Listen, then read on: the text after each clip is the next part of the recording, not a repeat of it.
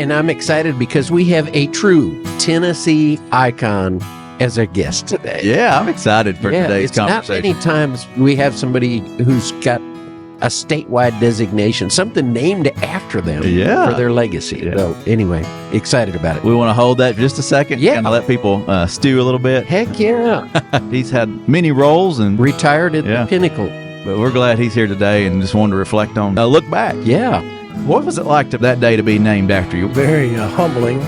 I never thought anything like that. I was really thinking of the Florida Bass facility at Humboldt Headquarters. Oh, yeah. They'll name that after me. Yeah, exactly.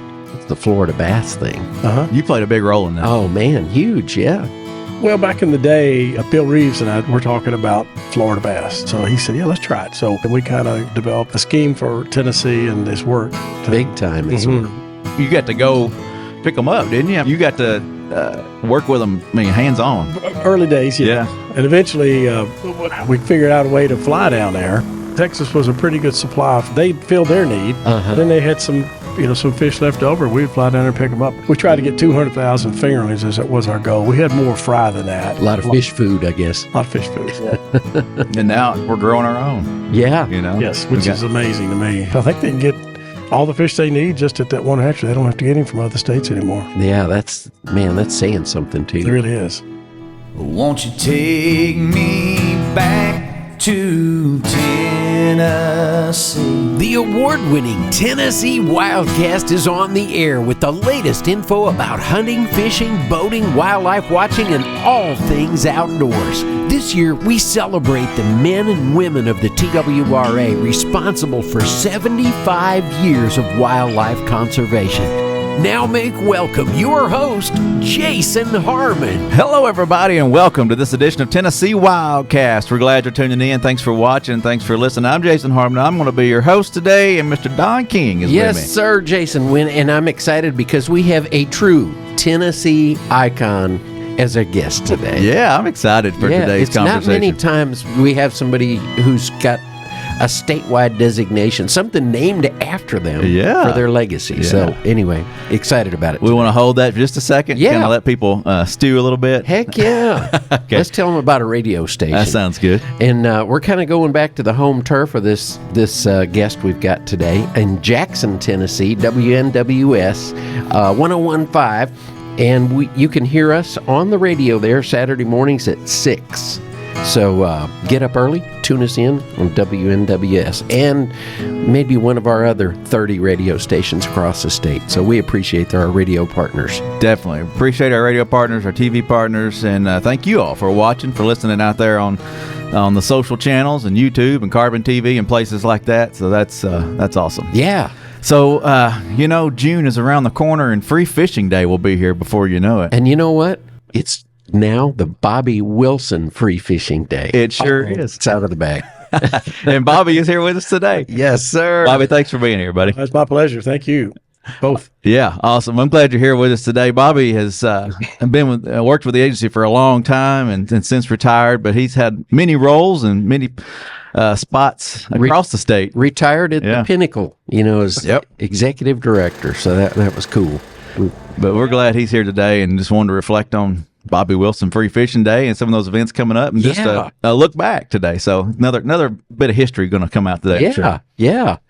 And to kind of kick things off, I've got a little thing here. I would like to just go ahead and blow this air horn. No. Just kidding. No, it would be way too loud. We'd blow the doors off our audio over there. Todd would have a fit. But anyway, this air horn reminds me of free fishing days that Bobby, you led locally here in Nashville for several years down at to the Cumberland Centennial Park, and then the Cumberland River. We did it with the Cumberland River Compact years ago in partnership with them. Sure did.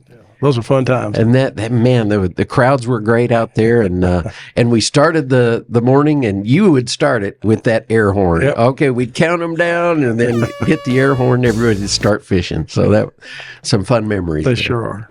Sure are. That was a lot of fun. Brings back a lot of good memories of the days. And kids got excited when they would catch a fish. Of course, we would stock it with catfish a day or two before, and they would catch those decent sized catfish. Oh, yeah, yeah. Pound and a half. So Take home and cook them up kind of catfish. Yeah.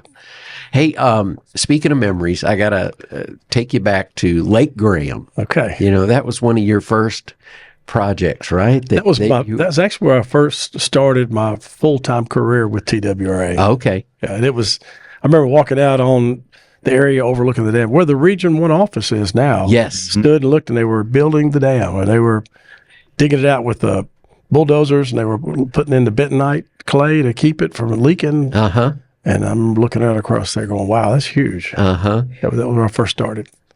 And I think that's where I met you the first time, too. I think I was with Dave Woodward. You sure were, yes. We drove up and kind of surveying the situation and got to meet you. And so that was a fun memory. Before you started working for I know, yeah. That was back when I was just doing the radio spots, as on a freelance basis. But you were still a country music singer, right? Yeah. He was a star. He was, yeah. Getting to know people, that was fun. And as people like Bobby that I got to know over the years and made me realize, hey, this is a great outfit to work for. And, once I got invited to interview for a full-time position, it was an easy decision to make. So it's a lot of great employees. There TWRA. Yeah, continues to be for sure. Yeah, for sure. Well, I don't think we mentioned the date, but June 8th this year is the Free Fishing Day. So Bobby Wilson Free Fishing Day here in Tennessee is June 8th. And there's a lot of events out there on our website, gooutdoorstennessee.com. The event system there, just click on events. You can order it by kids events and scroll down. You'll see there's a lot there. So find an event near you. I don't know if there's one at Lake Graham this year, but there probably will be there. Or just go fish. If there's not an event, it's Free Fishing Day, so you can go anywhere. Yes. For free and enjoy that day. So, but I'm sure there'll be some events to take advantage of in that area too. But what was it like to be that event or that day to be named after you? What was that feeling like? Very humbling, and had no idea anything like that would happen. I'm very honored by it, of course, and I never thought anything like that. I thought if I could get something named after me, I was really thinking of the Florida Bass facility at Humboldt Headquarters. Oh, yeah. Maybe they'll name that after me. Ed got a wildlife management area named after him, the headquarters. Yeah. But I didn't really want anything. I just was ready to retire, and I enjoyed my career. But it was such an honor to have the day named after me like that. I still can't get over it. Celebrated every year. Yeah, exactly. Hey, and you brought up another topic that we wanted to get to today, and that's the Florida bass thing. You played a big role in that. Oh man, huge, yeah. Well, back in the day, when I first started as assistant chief of fisheries, Bill Reeves and I, the chief, were talking about Florida bass, and he was from Alabama, so he said, "Yeah, let's try it." So, got on the internet and I got on the phone and talked to states that have tried it and what did they do and how do they do it, and we kind of developed a scheme for Tennessee, and it's worked. It's been a lot of fun too. Big time. Yeah, and not me. It was many TWRA employees, fisheries guys, and we're involved with that. Yeah. So I don't take any credit for that. I just was pushing for my end up here at the office. Sure. Yeah. Yeah, it's a lot of work going into that, and a lot of decision making, and studying the lakes and things like that. Is it going to work, kind of thing? But you got to go pick them up, didn't you? I mean, we've got some old videos we can look back on to make sure that's right. But you got to work with them. I mean, hands on. Early days, yeah. And eventually, we figured out a way to fly down there. Right. TWRA plane when Barbara Schaefer was a pilot, and she would go to Texas. Believe it or not, Texas has Florida bass. Okay. Yeah. And we went to Florida too, but Texas was a pretty good supply for us. We would give them some fish in exchange a lot of times, but they kind of gave us the dregs. I don't mean they gave us inferior fish. Just leftovers. Leftovers, yeah. They filled their need. Then they had some fish left over, and we'd fly down there and pick them up. But it was like, I don't know. We tried to get 200,000 fingerlings as that was our goal. We had more fry than that. But, of course, when you get the little fry, maybe 1 out of 10 of those have survived. So you try to get a lot of fish food, I guess. A lot of fish food, yeah. And now we're growing our own. Yeah. Yes, which is amazing to me. I mean, it's the guys that handled that. I know Hunter Henley, and then, of course, David Roddy and everybody that was involved with TWRA with that. I remember Hunter Henley said that when they first hit the button to turn electricity on. It blew a transformer. So the electric company had to come out there and they go, "What's going on here?" And That's at Humboldt, right? They put it, at Humboldt. They put another one up, and it blew both of them. So they had to figure something out. And those heaters that heat the water up almost instantaneously. okay. They had to keep that water warm to stimulate warmer water temperatures that time of year, Gotcha. which is like early April, as opposed to colder water normally in early April. So, And what an operation that is too at Humboldt. it's impressive. Man, they They've are so learned. efficient there. They are. They really are. It's amazing. I've not been there in a couple of years to see it, but I don't think it's changed much. But their practices have changed, so they're able to get more fish. I think they can get all the fish they need just at that one hatchery. They don't have to get any from other states anymore. Yeah, that's saying something too. It really is. Yeah. Yeah. Well, we've touched on Lake Graham, kind of where you got your start, touched on Florida bass, but what's some other things throughout your career that stands out to you that you're like, man, that was a great accomplishment, or I really enjoyed working on those projects, or anything that stands out to you right now? A couple of things that I was involved with, I'm not taking credit for, but I was involved with were like the new, the Management of Small Lakes and Ponds brochure. The one we had was black and white and was pretty outdated, and a lot of guys worked on it. Mike Bramlett up in the Fisheries and I worked a lot on it, and worked with Tennessee Tech on somebody that knew something about laying out magazines the way they should look. Oh, yeah. I didn't know anything about fish, but they knew how to lay out a magazine outlet, and so we did that. And they're still using that same book today. It's been about 20 years ago. That was pretty. Then the Master Angler or the Tennessee Angler Recognition Program, we got that going along with the first fish for the kids. And those programs are still going strong. I think they're looking at adding some master levels and things like that. Probably are, because people are really going after them. I've caught two, by the way, two tarp fish. There you go. It was a smallmouth and a rock bass. Yeah. And so those publications and the things that are happening in the agency that were new and coming up and growing those different programs. Right. And it's cool to see where they are today because of some of the work that you put into it. Well, I mean, we all put in, but yes. Yeah. We also got the smallmouth bass as stated as the official sport fish of Tennessee. It was the largemouth bass. Okay. But Ron Fox, the former assistant director back in the day, had enough information to return the world record smallmouth to Dale Hollow Lake. Yeah. And he did a lot of background work on that and leg work, and was able to turn it over. The International Game Fish Association declared it the world record again.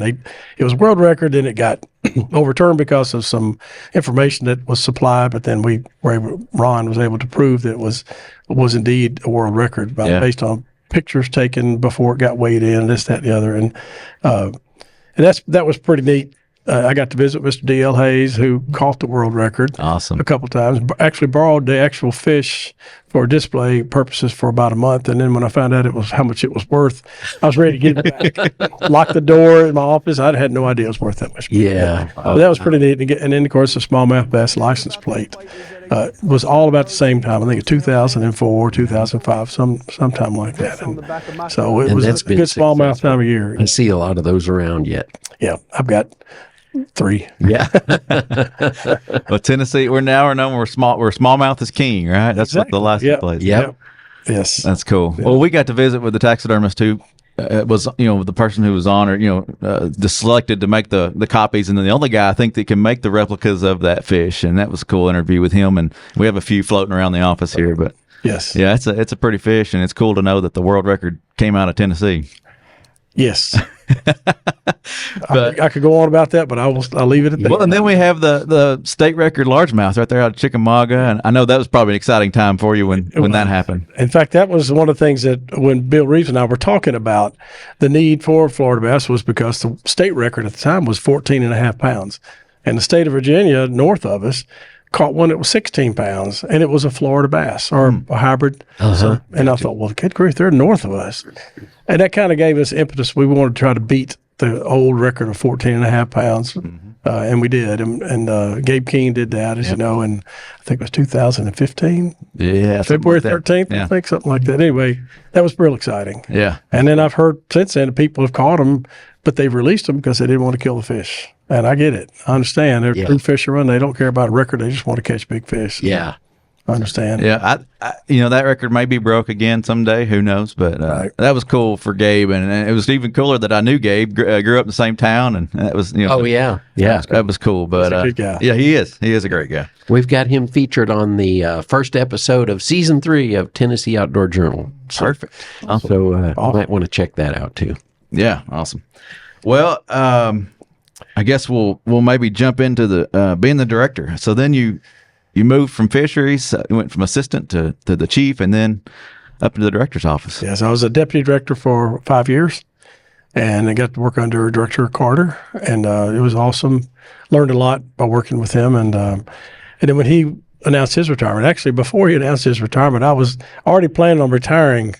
About 5 years after I've been, I was going to work as deputy director for 5 years and then retire. Yeah. Well, then 5 years came around and Ed decided to retire.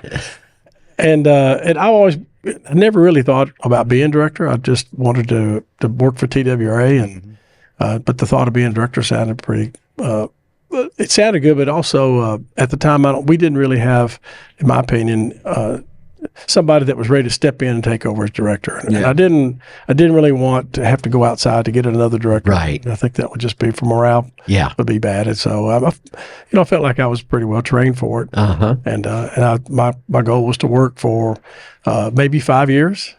But in the back of my mind, I was like, if I can make it 2 and get somebody else in line to come in and get them trained up, and then I could go ahead and retire. I feel good about it. And that's what happened. Uh-huh. So Jason, of course, Maxton, as you know, is the director, and hired him as my deputy director when I became director. Uh-huh. So I think he's doing a real good job. All right. Yeah.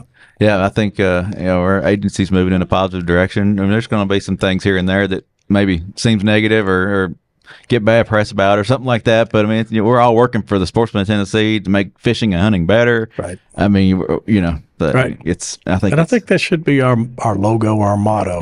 We make hunting and fishing better, because we do. That's our goal. I mean, we have our biodiversity division, which protects the non-hunting animals. Mm-hmm. We have the boating division, but overall, I think people, when they look at us, it's about hunting and fishing, and our goal and what all of our employees try to do is make hunting and fishing better. Mm-hmm. They don't try to make it bad. They don't try to make it hard on everybody. They want to make it better. Right. We're not out there to make it hard on you. Yeah. Right. More opportunities. Yes. Yeah. Definitely. I mean, because I'm going to say probably 98% of the people who work for this agency love to hunt and fish. Sure. That's why they got into it. That's why we're here. Yeah. Exactly. Or just love wildlife. I mean, they don't have to love to hunt and fish, Mm-hmm. Well, one thing that came up before we started the show was, I mean, COVID hit right in the middle of while you were director. That was a hurdle. Talk a little bit about how y'all worked through some of that stuff. I mean, like letting people go out, or should we let them go outdoors? Should we open boat ramps? Should we, what? Yeah, bit of that. Yeah, that was some tough times. That was everybody. That was a huge decision. I mean, I think the Tennessee sporting public owe a lot to those who helped make that decision, and we hand that to you, Bobby, as being a big part of being able to keep the boat ramps open and the fishing piers open and things like that. And Director Carter was a big part of that too. Exactly. Early on before he retired, and shout out to Governor Lee for also encouraging people to get outdoors and not closing everything down and shutting everything down, because otherwise that would have been a hurdle for us. Yeah. But yes, it was great. We more people got out, as you know, than ever, and more people bought hunting and fishing licenses than ever, and set records. Of course, everybody loved to get outdoors, and then discovered how great it was. And some people who hadn't been outdoors in a while stayed outdoors. Yeah, even after COVID. So it was actually a good thing in the long run. Yeah, for us. It was kind of reintroduce people to the love of the outdoors. Exactly. Yeah, exactly. That's awesome. Well, and since your retirement, you've been busy. You just keep on trucking. You've found a spot with Bill Dance Signature Lakes, and tell us about what that adventures look like. It's been a lot of fun. I'm just part-time with the Department of Tourist Development. They called me right before I retired, and they said, "Hey, how would you feel about working on a part-time basis, helping us with this project?" And I said, "Heck yeah!" I mean, I was familiar with it from when I was working as a director, and even before that, it was a concept that the Fisheries division had back probably 15 years ago. Yeah, and it never got off the shelf. Almost got off the shelf, but didn't. It happened to be like 2008 when the economy for Tennessee was terrible, and the the state government couldn't help fund it at that time, and so it just put it on the shelf. Mm-hmm. But then when several people had approached the governor about, hey, we need to do something for Bill to honor his legacy, and Representative Ron Gant and the governor himself and several commissioners and other people, it just all came together like at the same time. And so it's been a great project. He's a great guy. I've known Bill for 30 years. So just to know him was an honor for me. I mean, I used to watch his shows, and when I first met him, I was like, man, I got to meet Bill Dan. I still think that every time I see him. Yeah. He's just a great guy. And but this project is really good. Of course, it's modeled after the Robert Trent Jones golf in Alabama. We'll have the Bill Dent Signature Lakes in Tennessee, but it's for fishing instead of golf. Yeah. And so we picked 18 lakes sites, and about 7 or 8. I can't remember the number now. I don't know why, but I think it's 7 smaller lakes will be managed intensively for fisheries. And we can do a lot more with the smaller lakes. We can change the dynamics of the fish population by habitat, by putting forage fish in, by feeding and things like that, and regulations. And the bigger lakes, the reservoirs, we're going to make Bill Dant's signature access areas. The lakes, we're going to continue to manage them like we have, but we'll make better boat ramps and better parking and better lighting and better courtesy docks, fishing piers, just all the gamut of it, and really nice looking. So people go, "Wow, this is awesome!" Yeah. And so I've been working with the folks at Tourist Development. Dennis Tumlin, by the way, I'll give a shout out to Dennis. Yeah. He's really working hard on. He's a go-getter. He's a go-getter, man, that guy, and he knows about fishing. He's a fisherman, and he did a lot for Ray County and Dayton and to develop that county and that city. Yeah. Before he started working for Tourist Development and for fishing. Right there around the Chickamauga, yeah. Chickamauga. Yeah. Well, that's cool. It's great to see some, things moving along and some improvements happening on our smaller lakes, and then the access on the bigger lakes. And I think it's going well. I know the Bill Dance Big Bass Open, I believe it's called Giant Bass Open. That's going well. We've seen a lot of people enjoying those tournaments, and it's just great to see people out there fishing. Yeah, I think the first test was at Chickamauga back in October, and it was okay. It was kind of I won't say a last minute announcement, but didn't have a lot of time to announce and advertise for it. But there was a decent number of people showing up. And then Pickwick was next, and they had a rainy weekend. It was terrible weather, but they did okay with the number of participants. And then after that, the last one they had was Douglas, but they had one at Dale Hollow before that. And it was the same kind of thing. Weather was bad, but they still had a lot of kids. Not just kids, but adults and kids. And then at Douglas, same thing. They had I think 378 people participate. Wow. And it's so cool to see the younger fishermen, the ones that are under 18 out there fishing. They outfish the adults a lot of times. They catch bigger fish sometimes. It's so neat to watch that. Well, in the high school bass situation that's going on across the state, it's crazy. I think we have more kids, high school fishing teams and participants in Tennessee than any other state. I wouldn't be surprised by that. It's pretty cool. Yeah, it's neat to see that style of tournament, how the younger folks can weigh in and not really compete against the older division, but it's neat to see how that dynamic works. And it can't be pro. Participate. It can't be a pro. They can have to be amateurs or they could be a former pro. But they can but they go out and weigh their fish every hour, and there's a strategy there. They wait till 1 minute to hour to weigh in, and they weigh them in, and if they have another fish in their boat a minute after, they'll weigh that fish in. So it's kind of cool to watch the strategy there. That's cool. Yeah, well, go check that out. We'll throw the website up on the screen. I think it's giantbassopen.com, but it'll be on the screen there. You can go learn more about that. Yeah, that's a cool tournament. Well, I know we have some plans, Jason, to get out and showcase some of these lakes. And we were just talking before the show started to Bobby about possibility of having him join us at Lake Graham, back where it all began for him and a lot of folks, right in the shadow of the Region 1 office down there. I think we'd That'd be a fun all we show. got to do is just pick out a date and I twist my arm. get down the end. I have to go fishing? Okay. Yeah. Yeah. Yeah. So we'll let the cat out of the bag. We're going to try to highlight these lakes and show folks what they can catch and Yeah. maybe a few techniques. We'll let some cats out of the bag and highlight these areas. So I think it'd be cool. Yeah. Yeah. Looking forward to that.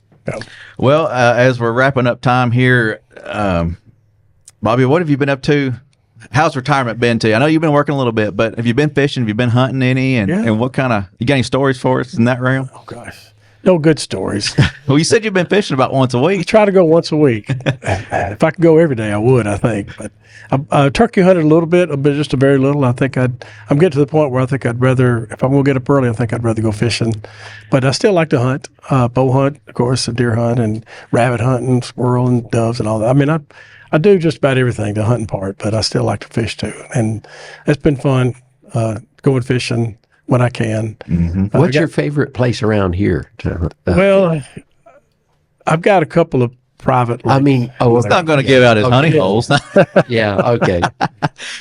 Yeah. Okay. Yeah. I got you. But I like to river fish too, like the South Harpeth or Jones Creek or some of the other creek fishing, Buffalo River. I like to go there too. It's fun, just a different kind of fishing. We should do that with you sometime. Do a little creek fishing episode. Oh yeah.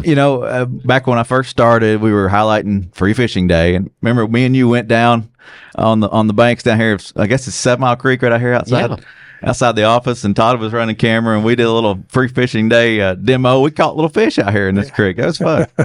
Or I guess not a demo, but a promo for the event that year. Exactly. But yeah, just creek fishing's fun. It is. It's a lot of fun. It's easy to get the kids out there too and enjoy that. Right. And I have a granddaughter and a grandson, so I spend as much time as I can. The grandson lives in California. Okay. I don't get to see him, but the granddaughter lives not too far from here, and so I get to see her at least once a week, and that's been a blessing too. Good. How old is she now? She's not quite 2. Okay. She'll be 2 in June. Yeah. She's a mess.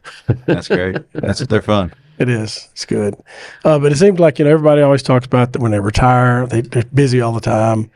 And that's why I am. I'm just always doing something, and I hadn't been bored yet. I'm not sitting around going, gosh, I wish I hadn't retired. Good. Because it's just always something to do, always. Yeah. Something going on. And I've enjoyed it. I guess the best thing I enjoy about retiring is not have to set my alarm to get up in the morning. I do every once in a while, but not that much. Probably only on fishing days. Only on fishing days or babysitting days. Yeah. My granddaughter. Yeah. That's about it. Yeah. Well, one other thing I wanted to touch on was right before you retired. I think you had a pretty good muzzleloader hunt, right? Didn't you kill a decent deer with muzzleloader? So that's cool. Is that the last big deer you've had? Or? Yeah, that's amazing. He scored 155 in the eighth, and it was in Davidson County. Awesome. And I was talking on the phone to my buddy, and all of a sudden I just put the phone in my pocket. He walked by, and I shot it, and I realized I was still my buddy. So I picked the phone back up, and he says, "Did you shoot one?" I go, "Yeah." And but I don't know if I hit it, so I found it. And I texted him. I showed a picture of it. He goes, "Biggest one I've ever killed." And he said, "You mean the biggest one we've ever killed?" Take credit for it. He was on the line. Yeah. Oh man! So he heard the whole thing go down. He did. Wow, that's cool. Yeah, I remember that popped in my head. Some fun times in the outdoors, right? Sure, heck yeah. Mm-hmm. Great time. Great career too, by the way. Yeah. And Bobby, thanks again for your service and for stepping in and carrying the director role there for several years and, making that transition. We appreciate your efforts. It was my pleasure. I enjoyed it every day. I never dreaded a day going to work. And it's hard. Not many people can say that. Y'all can say that, but not many people can say that. And it's been great. Been a great career. Yeah. Great life. You don't hear much complaint from us either. No. It's a great place to work. We love what we do. We're here for you guys out there listening and watching, making it better for you guys. So, thanks for tuning in. Remember, Bobby Wilson Free Fishing Day, June 8th this year. So go out there and have a good time. Go outdoorstennessee.com to find events near you. And I believe that'll wrap it up. Thank you, Bobby. Thank y'all. Thanks again. It's been my pleasure. It's been great. This is Tennessee WildCast, and we'll see you next time. Stay connected with TWRA by visiting our website at tnwildlife.org and follow us on Facebook, X, and Instagram. Join us as we celebrate 75 years of conservation in our great state. You can invest in Tennessee's wildlife future by purchasing a license at GoOutdoorsTennessee.com. That's GoOutdoorsTennessee.com.